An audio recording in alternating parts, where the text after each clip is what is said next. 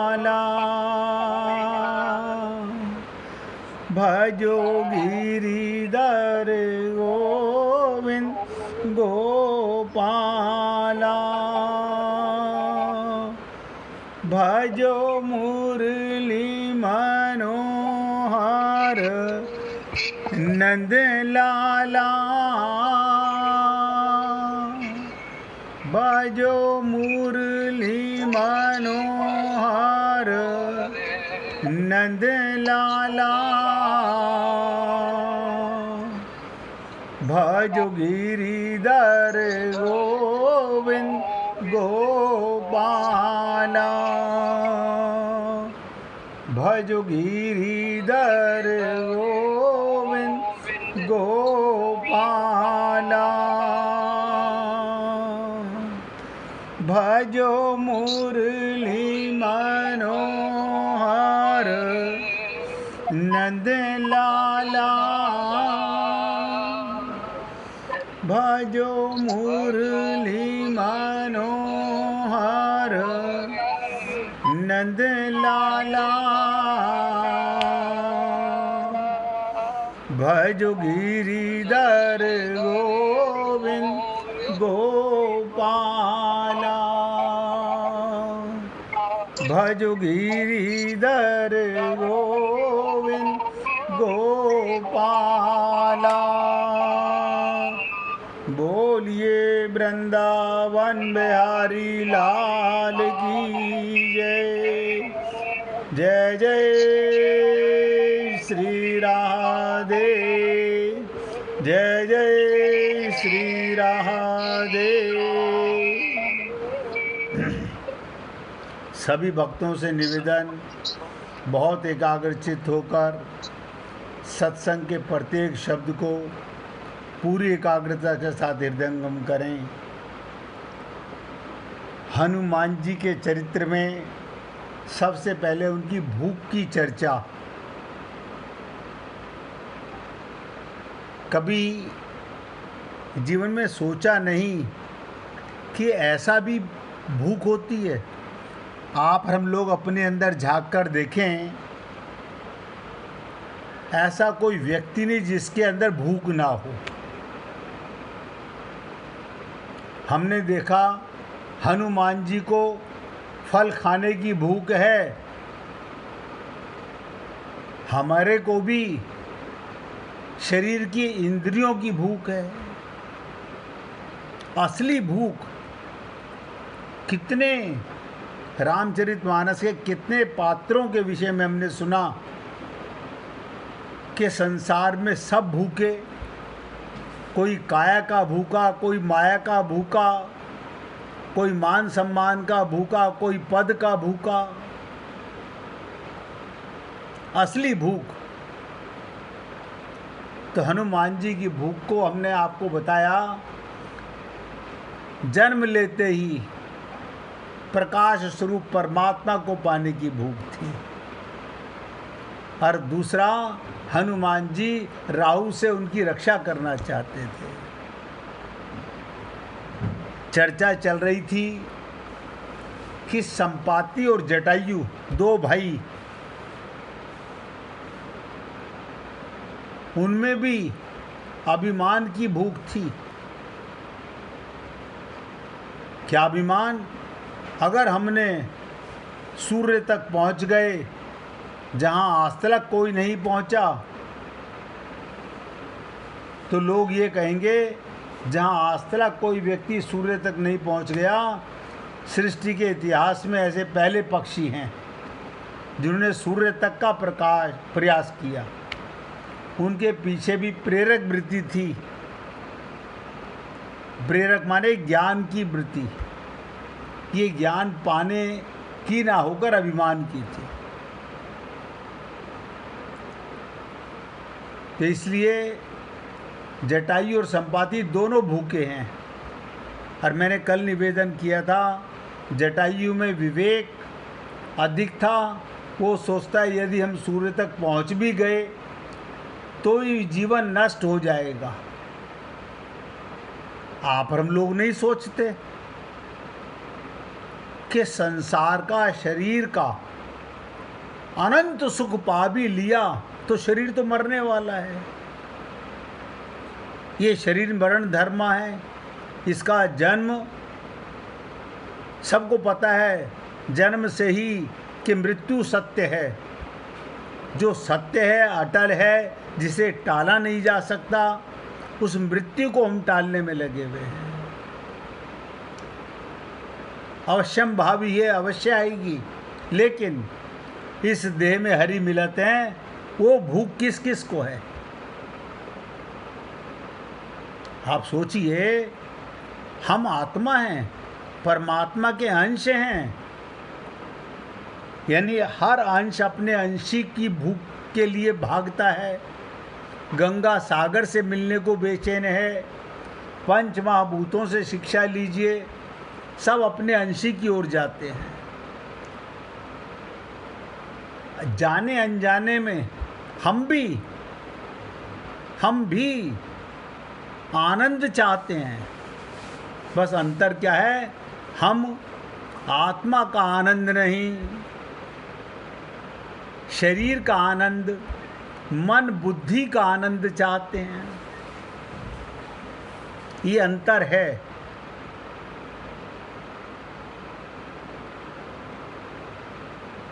तो जटायु सोच रहा है, अहंकार की वृत्ति भले ही तृप्त हो, पर जीवन तो व्यर्थ नष्ट हो जाएगा। ऐसा सोचकर जटायु वापस आ गया, पर संपाति आगे बढ़ता गया। हमारे जीवन में ऐसे बहुत सारे व्यक्ति आते हैं, जानता हूँ मैं, हमारे मित्रगण ही हैं। उनको कहोगे भैया अब तो बहुत पैसा कमा लिया, अब रिटायरमेंट की उम्र हो गई तुम्हारी, कहते नहीं नहीं शर्मा जी कैसी बात कर रहे हो। जब तक हम अपनी 7 पीढ़ियों के लिए नहीं कमा लेंगे, कितना भी समझाओ उन्हें बुरा लगता है, उन्हें अच्छा नहीं लगता। परिणाम स्वरूप जटायु के पंख जलने से बच गए और संपाति उड़ता चला गया। उसके पंख जल गए, वो सूर्य तक नहीं पहुंच सका।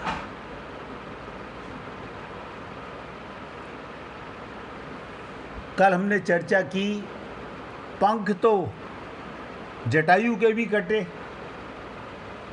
शरीर तो सभी का मरेगा,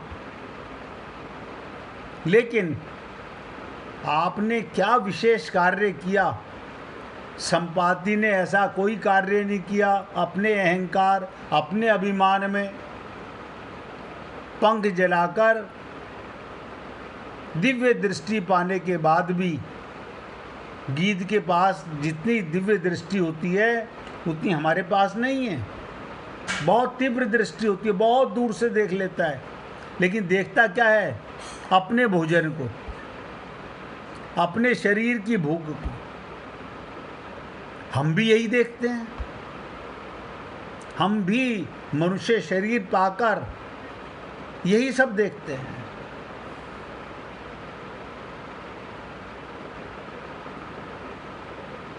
अब ध्यान से सुनिएगा, शरीर तो सबका मरना है, जटायु का भी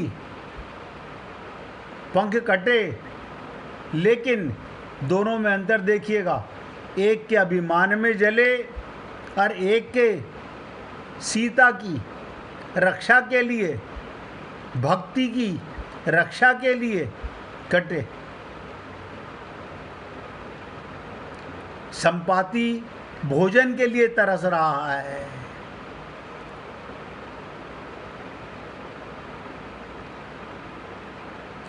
और जटायु को भगवान राम उठाते हैं, और संपाति को चंद्रमा मुनि, एक संत हुए, अभिप्राय क्या? उठाने वाले 2 ही हैं, या तो संत हैं या भगवान हैं।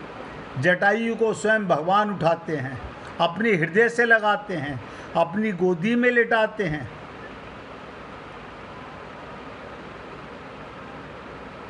या संत उठाता है, इसलिए जीवों को उठाने में दोनों ही आनंद का अनुभव करते हैं। जब आप हम लोग भक्ति के मार्ग पर आगे बढ़ते हैं, आपको नहीं समझ में आता कि परमात्मा कितने प्रसन्न होते होंगे, कितने प्रसन्न होते होंगे, कितने खुश होते होंगे। जब आप कोई बच्चा, माँ बाप कब खुश होते हैं? जब बच्चा तरक्की करे तो माँ बाप फूले नहीं समाते। बच्चा किस चीज़ में तरक्की करे? भक्ति मार्ग में? ना ना, कोई नहीं चाहता कि मेरा बच्चा पैसा कमाने में, नाम कमाने में। अब आप सोचिए कैसी बुद्धि है हम लोगों की।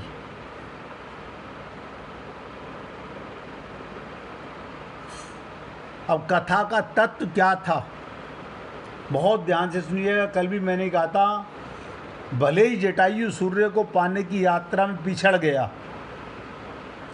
जटायु बिछड़ गया, नीचे आ गया, जीवन के चरम लक्ष्य ईश्वर को उन्होंने पहले पा लिया।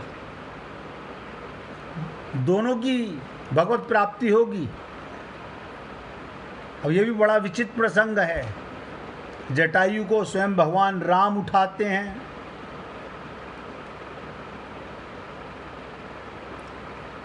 जटायु ने पहले भगवत प्राप्ति की, पर संपाति को विलंब लगा, देरी लगी। आप और हम लोगों को भी बस देर लग रही है, केवल देर लग रही है। असंभव ना समझें।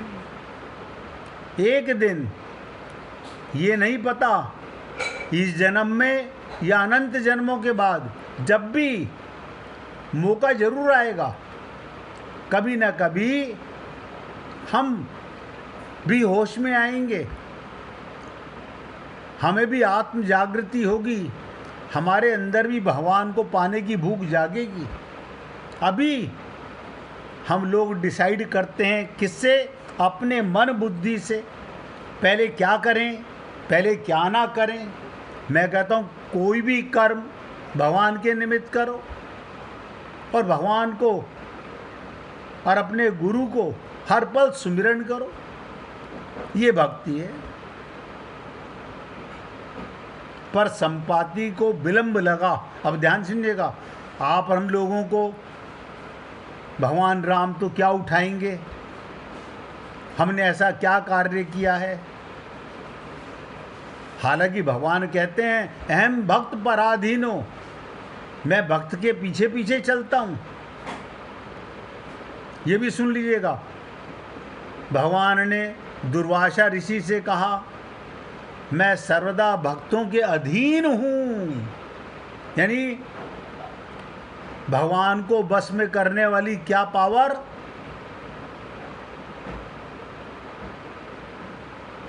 भक्ति। अहम भक्त पराधीन हो।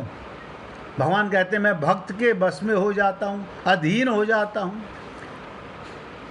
अब भगवान कहते हैं मुझ में तनिक भी स्वतंत्रता नहीं है। आप कहते हो ना भगवान तो स्वतंत्र हैं, जो चाहें करें। अरे कहाँ करें? भक्त मुझे नचाता रहता है, सूरदास के पीछे पीछे चलते हैं, गोपियाँ जब चाहें उनसे नृत्य कराती हैं, सखा जब चाहें उन पर बैठ के सवारी करते हैं। तो ये बातें आपको और हमको ऐसा लगता होगा कि ये सब बातें गप्पे हैं, गप्पे नहीं हैं। ये तो जो प्रेम करना जानता है वो जानता है कि प्रेम में सब कुछ न्यौछावर कर दिया जाता है।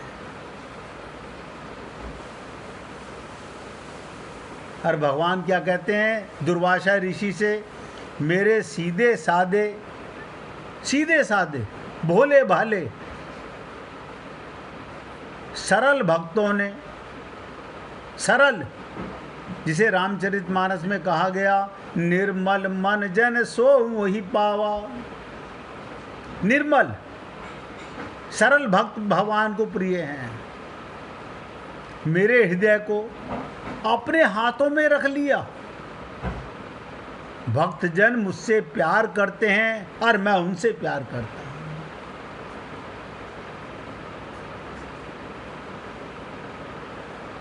संपाति को विलंब लगा, आप और हम लोगों को भी विलंब लग रहा है, कारण अभी हमारा मन और बुद्धि पूरी तरह संकल्प नहीं कर सका है। अब सर फूटे या माथा, मैंने तेरी राह पकड़ ली। अभी भी हम देखो, मैंने शरीर से सेवा परमो धर्म है, भगवान का मान के सेवा करोगे। जड़ वस्तु की आप क्या सेवा करोगे? जिसमें परमात्मा है उसकी सेवा करोगे। लेकिन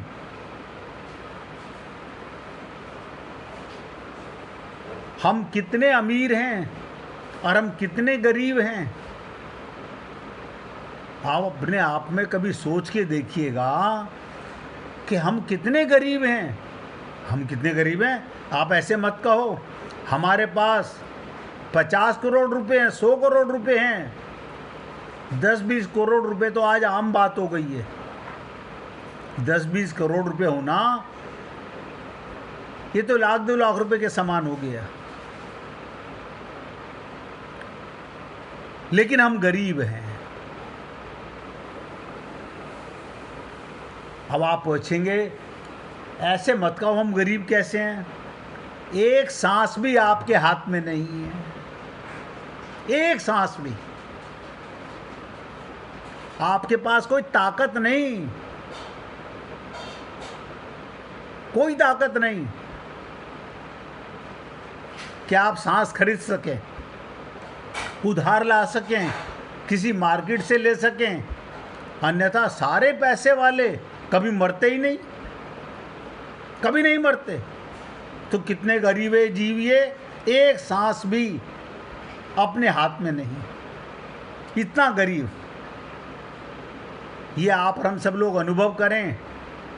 हम देखते हैं अपने माता पिता, दादा दादी, परिवार, सगे संबंधी, अड़ोसी पड़ोसियों को जाते हुए, बस इस समय उन्होंने आखिरी सांस ली। क्या वो सांस नहीं लेना चाहते थे? हम दे नहीं सके, वो ले नहीं सके। कारण क्या?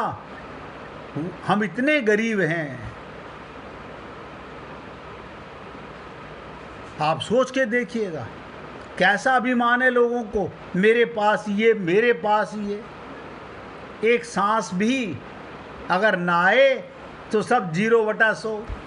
लेकिन आप बहुत अमीर भी हैं, बहुत अमीर,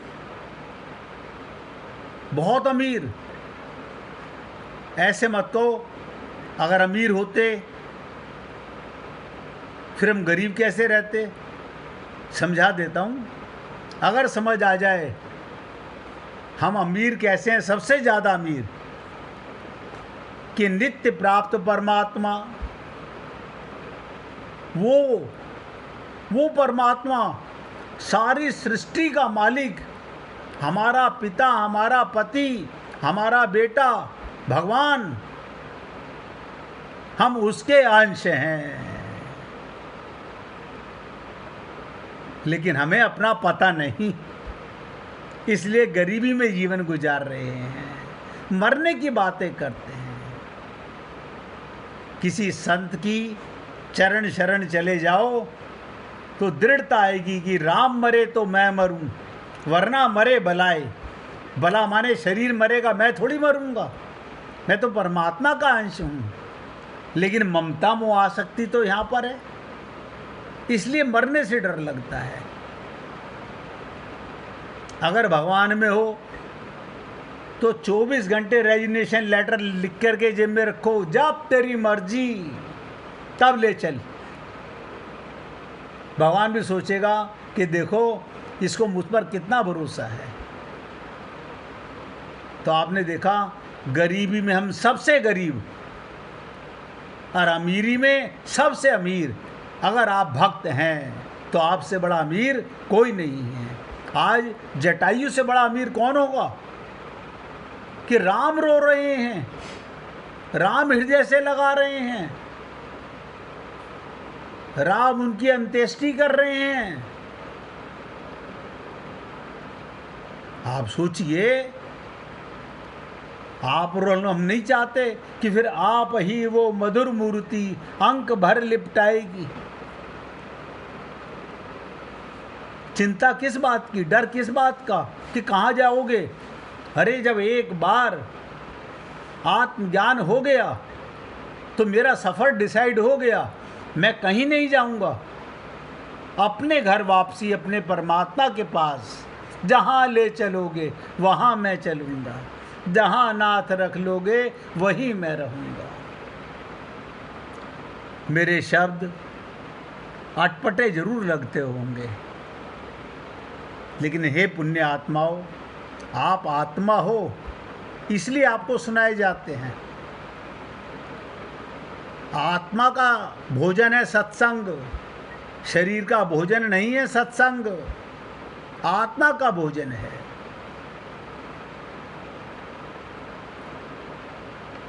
तो आपने देखा जटायु का राम उठाते हैं, सीने से लगाते हैं। संपाति को विलंब लगा, अभिमान तो एक न एक दिन सबका मरेगा। संपाति को विलंब लगा, जो जो उसका अभिमान नष्ट हुआ। आप और हम लोग भी अपने जीवन में सोचें, जैसे जैसे अभिमान नष्ट होगा त्यों त्यों संपाति के जीवन में उच्च स्तर का सत्य का साक्षात्कार हुआ। आप कहेंगे सत्य का साक्षात्कार संपाति को कैसे हुआ? अभी देखिएगा रामचरितमानस में आप लोगों ने पढ़ा, नहीं जाना, नहीं समझा अलग बात है। रामचरितमानस में संकेत आता है, संपाति जब अपने भाई की तारीफ सुनता है कि मेरे भाई ने ऐसा नेक कार्य किया, तो उसके हृदय में भी भूख चली गई। उसने पूछा, आप सब लोग क्यों मरना चाहते हो? बोले, हम सीता की खोज नहीं कर सके, हमारी दृष्टि ज़्यादा दूर तक असीम नहीं देख सकती, हमारे ही हृदय में परमात्मा रहता है, इन आंखों से आप उसे नहीं देख सकते। आप ही के पास है, आपके साथ है, गठ जोड़ा है, किसी ब्राह्मण ने ब्याह नहीं कराया, सदा से है। तो संपाति बोला, मैं आपके लिए प्रयत्न करता हूँ। क्या प्रयत्न करता हूँ? आप सीता को नहीं खोज पा रहे, आप समुद्र से पार नहीं जा पा रहे। अब ध्यान दीजिएगा, रामचरितमानस समझना इतना सरल होता तो पढ़ के सारी दुनिया समझ लेती। सागर के पार, अब भव सागर पार जाने की, भव सागर के पार खोजने की, शरीर से, संसार से अलग हमारे पास दृष्टि है, लेकिन हम उसे अंतर्मुख नहीं करते। तो क्या कहा संपाति ने, आप मेरे शरीर को, मैं उड़ तो सकता नहीं, एक पहाड़ी पर ले जा कर के रखो, मुझे वहाँ बिठा दो, मैं चारों तरफ निगाह दौड़ा करके देखता हूँ। क्या देखते हो?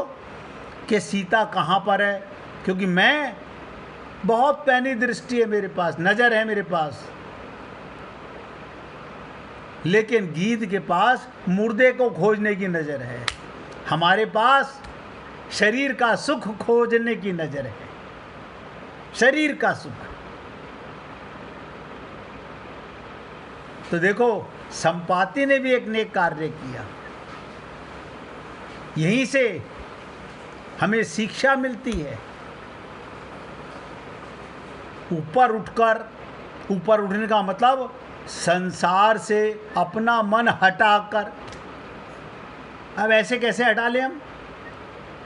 हटाना नहीं चाहते, रहा तो है, लेकिन चढ़ना नहीं चाहते। जैसे ही संपाति ने दूर दृष्टि दौड़ाई और सीता जी का दर्शन किया, भक्ति देवी का पता बताया, उसके जीवन में पूर्णता आ गई। अब आप सोचिएगा, गीध के जीवन में सीता का दर्शन करने मात्र से, सेवा का कार्य करने मात्र से, भक्ति की खोज करने मात्र से, अब आइए आप सोचिए कि संपाति ने देख के बता दिया कि दूर लंका में एक वृक्ष के नीचे सीता जी विराजमान हैं। अब मेरे पास तो पंख नहीं, मैं जा नहीं सकता।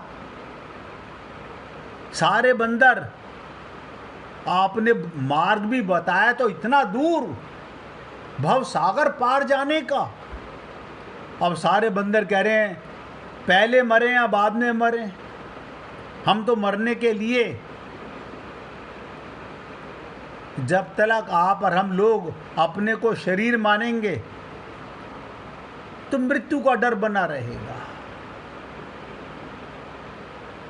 तो संपाति ने क्या ने कार्य किया, भक्ति देवी का पता बता दिया, उसके जीवन में पूर्णता आ गई। ये संत महात्मा क्या करते हैं, क्या राम को हमारे सामने खड़ा कर देते हैं? ना ना, कन्हैया को खड़ा कर देते होंगे ना। वो क्या बताते हैं? वो हमारे को तत्व ज्ञान कराते हैं, नित्य प्राप्त परमात्मा की प्राप्ति का अनुभव कराते हैं, वो मार्ग बताते हैं भव सागर पार जाने का। लेकिन हम लोग मन बुद्धि के गुलाम,